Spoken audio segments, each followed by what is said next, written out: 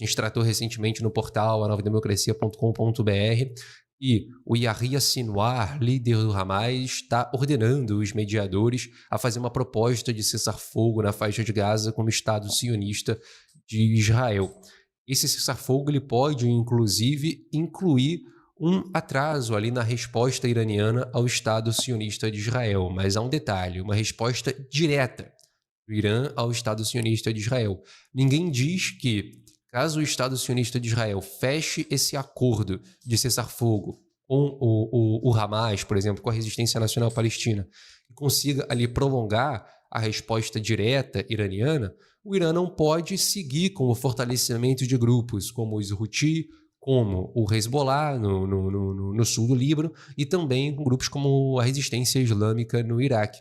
O Irã pode muito bem continuar financiando esses grupos para cumprir com a sua promessa de não fazer uma resposta direta, mas promover, assim, respostas indiretas contra Israel.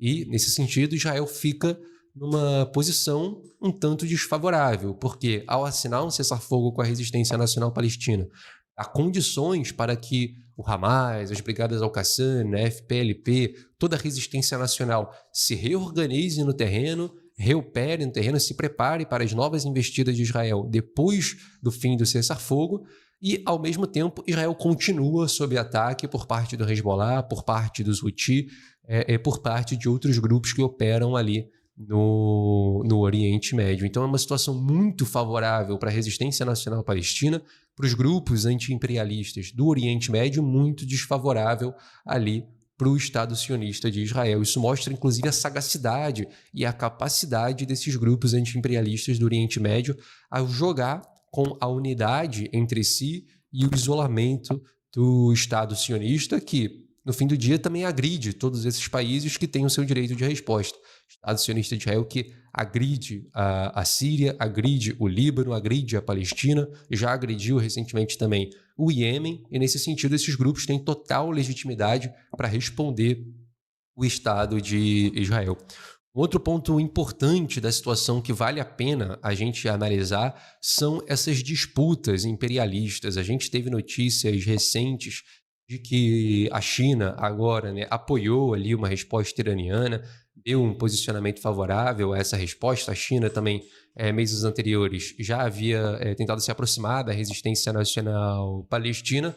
E, é claro, a gente sabe como é que opera a Rússia ali na região, também muito próxima ao Irã. O que isso significa? Que a China e a Rússia estão tomando posições anti-imperialistas na região, coisa do tipo? Evidentemente que não.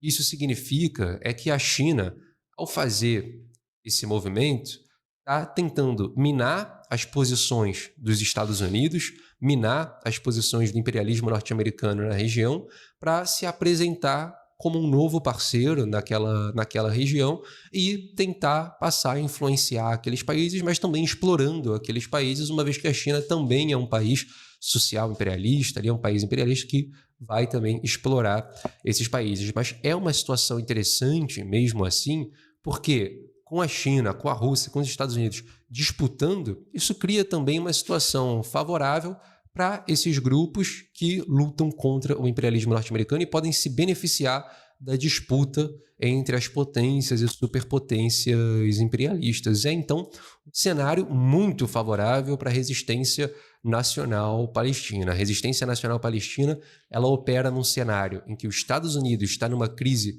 política, numa crise econômica, numa crise militar forte. Basta ver a crise política interna mesmo, norte-americana, mas também a própria crise política externa, a crise econômica nos Estados Unidos e por aí vai. O Estado de Israel também num beco sem saída, muito prejudicado no cessar-fogo, desmoralizado internacionalmente, a gente vai ver isso mais profundamente na próxima pauta, e também o cenário de disputa ali entre as potências e superpotências. Ao mesmo tempo, a resistência nacional palestina tem no seu campo uma forte unidade.